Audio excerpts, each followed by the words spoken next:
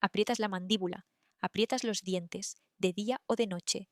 El bruxismo no es solo un problema de mandíbula. ¿Sabías que esa tensión puede estar conectada con tu dolor cervical y con tus dolores de cabeza? En Efisio vemos a menudo esta relación, esos trapecios siempre tensos, ese dolor que sube al cuello y a la cabeza, a menudo, vienen de la mano del bruxismo.